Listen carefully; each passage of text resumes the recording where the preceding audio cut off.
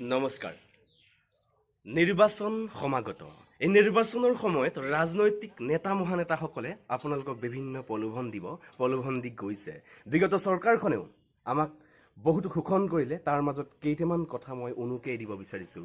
এই কাৰণেই বিচাৰিছোঁ, এইকেইটা কথাই হয়তো আপোনাৰ বাবে খুবেই প্ৰয়োজন। প্ৰথম কথা, টোল গেট। আপোনালোকে এবাৰ চিন্তা কৰিব যে মই কিয় এইষাৰ কথা কৈছোঁ, যে টোল গেটত আজি গুৱাহাটীৰ পৰা সোণাপুৰৰ টোল গেট আছে, ৰহাত টোল গেট আছে, লখিমপুৰ বান্দৰদুৱাত টোল গেট আছে, ধেমাজি পাৰ হৈ বগীবিল পাৰ হৈ টোল গেট আছে। এই টোল গেটখিনি যে টোল গেট তেওঁলোকে নিৰ্মাণ কৰি আছে, বিশেষকৈ আমাৰ কেন্দ্ৰীয় মন্ত্ৰীয়েও কৈছে যে টোল গেট 60 কিলোমিটাৰ মূৰে মূৰে হেনো টোল গেট বহাব, অৰ্থাৎ নেশ্যনেল হাইৱে বিক্ৰী কৰিব তেওঁলোকে এক সিদ্ধান্ত গ্ৰহণ কৰিছে। এতিয়া কথাটো হ'ল যে টোল গেট যে আছে, সেই টোল গেটৰ পৰা আমাৰ ক্ষতি কেনেদৰে হয়। প্ৰথমতে আপোনালোকে চাওক, আমি ব্যক্তিগত যান বাহনসমূহ যেতিয়া আমি যাওঁ তেতিয়া আমি পইচা দিওঁ বা টেক্স দিওঁ। কিন্তু যেতিয়া এখন ট্ৰাক যেতিয়া যায় টোল গেটৰ যদি পাৰ হৈ যায়, তেতিয়া আলু পিঁয়াজ দালি আমাৰ যিবোৰ খাদ্য সামগ্ৰী বা আমাৰ প্ৰয়োজনীয় সামগ্ৰীসমূহ ট্ৰাকত আহে। এই ট্ৰাকত যেতিয়া পাৰ হৈ যায় তেওঁলোকে পইচা দিব লগা হয়। গতিকে মূল্যবোধৰ অন্যতম এটা কাৰণ হৈছে টোল গেট। দ্বিতীয়টো, মাটিৰ খাজানা। এই মাটিৰ খাজানা ইমানেই বৃদ্ধি পালে, মই ব্যক্তিগত কথা হিচাপে ক'ব বিচাৰিছোঁ যে আমাৰ মাটি এখিনি আছিলে, সেই মাটিখিনিৰ মূল্য আছিলে 6 টকা 25 পইচা। আজি মাটিখিনিৰ মূল্য হ'ল 328 টকা। মোৰ সম্পূৰ্ণ মাটিৰ যি খাজানা ৰচিদ সকলোখিনি আছে, মই আপোনালোকে যদি বিচাৰে মই কমেণ্টত দিম। তৃতীয়তে, আমাৰ আজি এই চৰকাৰখনে এনেকুৱা এটা কাম কৰিলে যে আপোনালোকে জানে যে ম্যাদী মাটিহে খাজানা দিব লাগে, অৰ্থাৎ 1 চনা তজুবাহী মাটিত খাজানা দিব নালাগে। এটা কথা মই সাধাৰণ মানুহখিনিৰ কথা ক'ব বিচাৰিছোঁ যে আমাৰ ঘৰৰ ভেটিটো আছে, সেই ভেটিটোত হয়তো আপোনালোকে জানে যে 1 চনা বা তজুবাহী মাটিহে আছে। যদি আছে আপোনালোকৰ সেই ভেটিটো কিন্তু আজি অস্তিত্বহীন। কিয়? কাৰণ সেই অধিকাৰখিনি আপোনাৰ মোৰ ওচৰত নাই। সেই মাটিখিনি চৰকাৰৰ ওচৰতহে আছে। সেই মাটিৰ অধিকাৰী চৰকাৰ। কাৰণ আপোনালোকে ম্যাদীৰ কাৰণে চৰকাৰৰ যি ৰাজস্ব অফিচ আছে বা চাৰ্কুল অফিচ বুলি কওঁ, সেই চাৰ্কুল অফিচত আপোনালোকে তাঁতবাতি কৰি থাকিব লাগিব। কিন্তু তাৰ বিনিময়টো আপোনালোকে ম্যাদী সোনকালে নাপায়। গতিকে এই খাজানা আৰু আপোনাৰ যি 1 চনা তজুবাহী মাটিয়ে যিটো কৰি গৈছে, আপোনাৰ ভেটি অস্তিত্বহীন আজি। চতুৰ্থতে মই এটা কথা কওঁ, APDCL। APDCLৰ কথা এইবাবেই ক'ব বিচাৰিছোঁ যে আপোনালোকৰ ঘৰত এটা মিটাৰ আছে। সেই মিটাৰটো যে এটা লাইট, মিটাৰ এনেকৈ টিপিক এবাৰ যে মাত দিয়ে, এনেকৈ মাত নিদিয়ে, যিটো লাইটটো যে এনেকৈ দিয়ে, সেই লাইটটোৱে এবাৰ দিওঁতে 5 টকা 7 টকা আমি বা 10 টকা দি আহিছোঁ।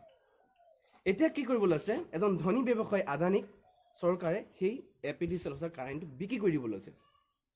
তেতিয়া কি হ'ব চাওক, আপোনাৰ মোক কাৰোবাক যদি কাৰেণ্টটো APDCL যদি বিক্ৰী কৰি দিয়া হয়, তেতিয়া এই 5 টকা 7 টকা বা 10 টকাৰ আমি যে দি আছোঁ, কাইলৈ সেই মানুহজনে নিজ ইচ্ছা অনুসাৰে 20 টকা 50 টকা 100 টকা সেইটো বঢ়াই যাব পাৰিব। লগতে কি হ'ব চাওক, যে আপোনাক যদি বিক্ৰী কৰি দিয়া হয়, আপোনালোকক কাৰোবাৰ এজন যদি বিক্ৰী কৰি দিয়া হয়, ঠিক তেনেকৈ সেই আদানীক যদি বিক্ৰী কৰি দিয়া হয়, আমাৰ যিবোৰ চৰকাৰী APDCL যে চাকৰি আছিলে, সেই চাকৰিসমূহ প্ৰাইভেট হৈ যাব। তেওঁলোকে সেই চৰকাৰৰ যি অধিকাৰ, চৰকাৰী চাকৰি হিচাপে যিটো আমাৰ থাকিব, সেইটো নাথাকিব। কাইলৈ সেইটো মন গ'লে হয়তো আমাক উলিয়াইও দিব পাৰিব। চতুৰ্থতে এটা কথা কওঁ, কাহ। আজি কাক লৈ সমগ্ৰ অসমৰ শিশুৰ পৰা বৃদ্ধলৈ সকলো ৰাজপথলৈ ওলাই আহিছিল, বিৰোধ কৰিছিল। কাক লৈ বিভিন্ন হ'ল, অখিল গগৈৰ পৰা ধৰি বহুজন আজিও জেলত আছে। কিন্তু এইটো কথা মই এইবাবেই কৈছোঁ, কাই কি দিলে, কাই আমাক কি সমস্যা, কা আমাক কিয় বেয়া, কা আমাক কিয় নালাগে, কা আমি কিয় নামানো। এইষাৰ কথা মই এইটো কাৰণেই কৈছোঁ যে আজি কাৰ সমৰ্থকসকলে বিভিন্ন ধৰণে তেওঁলোকে BJP চৰকাৰক সমৰ্থন কৰিলে বুলি কাক লৈ বিভিন্ন ধৰণে তেওঁলোকে মতামত দিব বিচাৰিছে। কিন্তু মই সেইসকলক এইষাৰ কথা ক'ব বিচাৰিছোঁ যে আপোনালোকে যে কাখনে 1 কোটি 20 লাখ 90 লাখ যি আহক নাহক, আমি সেইষাৰ কথা ক'বলৈ নেযাওঁ। কিন্তু এইষাৰ কথা আপোনালোকে ভাবক যে আপোনালোকে যে হিতাধিকাৰ যে পাইছিলে, 830 টকা বা 30,000 কিবা পইচা পাইছিলে, এই পইচাৰ ভাগ কিন্তু তেওঁলোকেও পাব। সেইষাৰ কথা অন্ততঃ আপোনালোকৰ সুস্থ মগজে এবাৰ চিন্তা কৰক।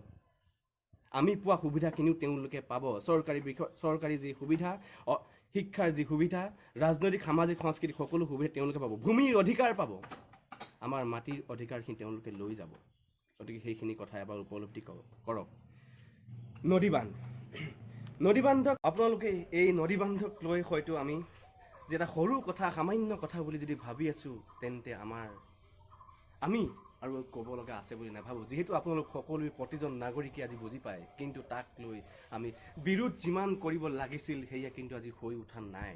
গতিকে মই পুনৰবাৰ সেই ধেমাজি ঢকুৱাখানা ৰাইজক পুনৰবাৰ হাতযোৰ কৰি আহ্বান কৰিছোঁ, আপোনালোকে এই নদী বান্ধক লৈ পাহৰি নাযাব, আমি কেতিয়াও বাচি নাথাকিম। লগতে কওঁ, এই বিজেপি আৰু কংগ্ৰেছ এই দুয়োটা দলে অসমক কেৱল শোষণ লুণ্ঠন আৰু অসমৰ পৰা সম্পদ লুণ্ঠন এইবোৰ কৰি কিন্তু আমাক অসমীয়া জাতিক আজি শেষ কৰি গ'ল। 16 মে বাংলাদেশী খেদিলেই তালিটোপোলা বান্ধি দৌৰি দৌৰি বাংলাদেশী সুৰংগ দি পলাই দৌৰিলে। বাংলাদেশী গ'ল, টুইন টাৱাৰ বনাই হৈ গ'ল 2 কোটি নিবনুৱা।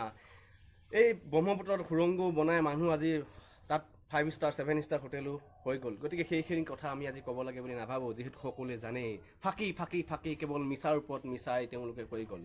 এতিয়া আমি সময় সমাগত, এতিয়া আমি প্ৰত্যুত্তৰ দিয়া সময়।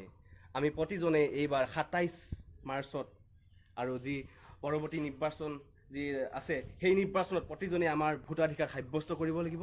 আৰু এই ভোটাধিকাৰে আপোনাৰ মোৰ প্ৰতিজন আমাৰ ভৱিষ্যত প্ৰজন্মৰ কাৰণেও যাতে এটা ৰাজনৈতিক শক্তি সবলভাৱে আমি গঢ় দিব পাৰোঁ, এটা জাতীয়তাবাদী শক্তিক যাতে আমি সবলভাৱে অসমৰ প্ৰেক্ষাপটত অসমৰ জাতীয় জীৱনৰ বাবে, অসমৰ মাটিৰ বাবে, অসমৰ ভাষাৰ বাবে, প্ৰতিজন অসমীয়া নাগৰিকৰ বাবে, ভূমিৰ বাবে, অসমৰ খিলঞ্জীয়া ভূমিপুত্ৰৰ বাবে যাতে সংৰক্ষণ কৰিব পাৰোঁ, সবল কৰিব পাৰোঁ, শক্তিশালী ৰূপত গঢ়ি তুলিব পাৰোঁ, তাৰ বাবে আপোনালোকৰ ভোট যাতে জাতীয়তাবাদৰ পক্ষে প্ৰতিজন অসমীয়াই এইবাৰ থিয় দিয়ে, অন্যথা আপোনালোকে ইয়াৰ পৰিণাম ভুগিব।